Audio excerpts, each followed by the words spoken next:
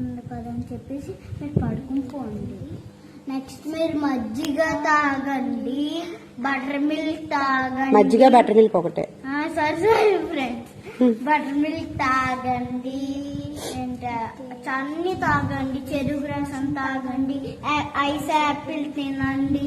Please friends, కడుపంతా చల్లగా ఉంటది, మీరు హెల్తీగా కూడా ఉంటారు.